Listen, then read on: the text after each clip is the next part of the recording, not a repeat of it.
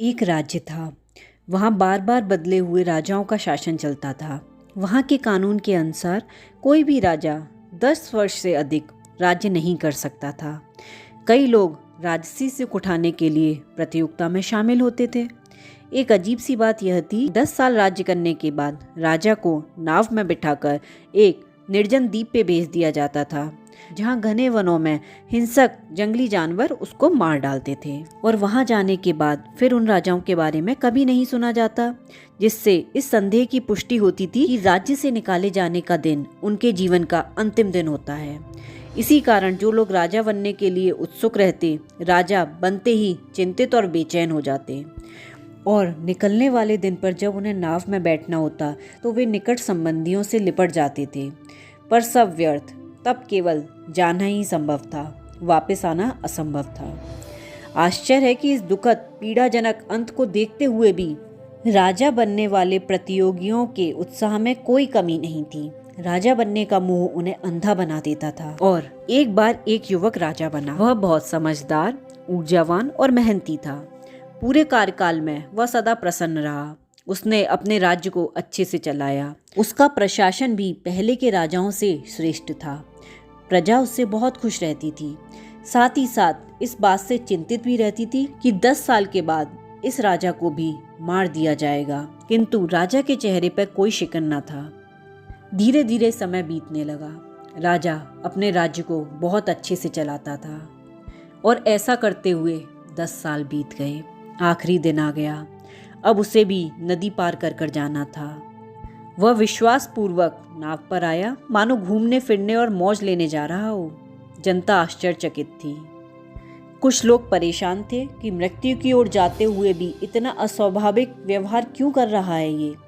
आखिर किसी ने पूछ लिया, महाराज, क्या आपको अपने भविष्य के बारे में चिंता नहीं हो रही?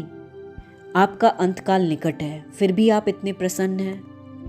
राजा ने जनता को एक नज़र देखते हुए कहा, मुझे कोई चिंता नहीं है। जब मैं राजा बना था उसी दिन मुझे यह पता था कि 10 साल के बाद यह दिन निश्चित रूप से मेरे जीवन में आएगा और मुझे नदी पार कर उस घने वन में जाना पड़ेगा।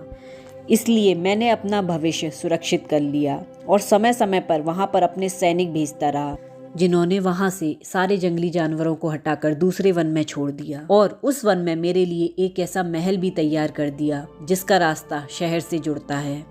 वहाँ सुरक्षा बल, सेवकगण और विश्वसनीय मंत्री मेरे स्वागत हेतु मेरी प्रतीक्षा कर रहे हैं।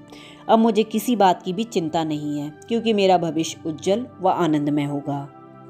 ये कहानी हम सभी की कहानी है। अगर हम जीवन को मौज मस्ती में ही बिता देते हैं तो हमारे जीवन के महत्वपूर्ण साल यूं ही व्यर्थ चले जाते हैं और उसके बाद पूरा जीवन हमारा बेकार हो जाता है।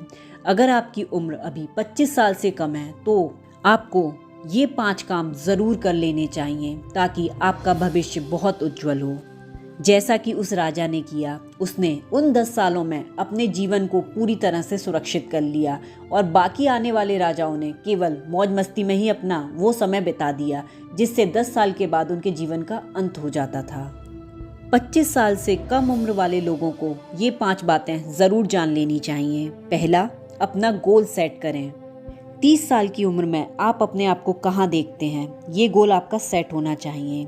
आपका गोल पूरी तरह से क्लियर होना चाहिए और गोल सेट करते समय केवल इस बात का ध्यान ना रखें कि 30 से 35 साल में आपके पास कितना रुपया होगा, बल्कि इस बात का भी ध्यान रखिए कि 30 से 35 साल के बाद आप कितने लोगों की मदद कर रहे होंगे। यानी अगर आप डॉक्टर बन रहे हैं तो आपसे कितने लोगों को लाभ मिलेगा, अगर आप टीचर बन रहे हैं तो आप किस तरह से कितने लोगों को अच्छे से अच्छी शिक्षा दे सकते हैं, या फिर कंटेंट क्रिएटर बन रहे हैं तो उससे कितने लोगों को लाभ मिल पाएगा। क्योंकि जब आपके दिमाग में आपका गोल क्लियर होगा तो आप उसे बहुत आसानी से अचीव भी कर पाएंगे। दूसरा है, उस गोल को अचीव करने के लिए आपको किस क्वालिफिकेशन की ज़रूरत होगी, ये आपको क्लियर होना चाहिए, जिससे सही उम्र में आप वो क्वालिफिकेशन अचीव कर पाएँ।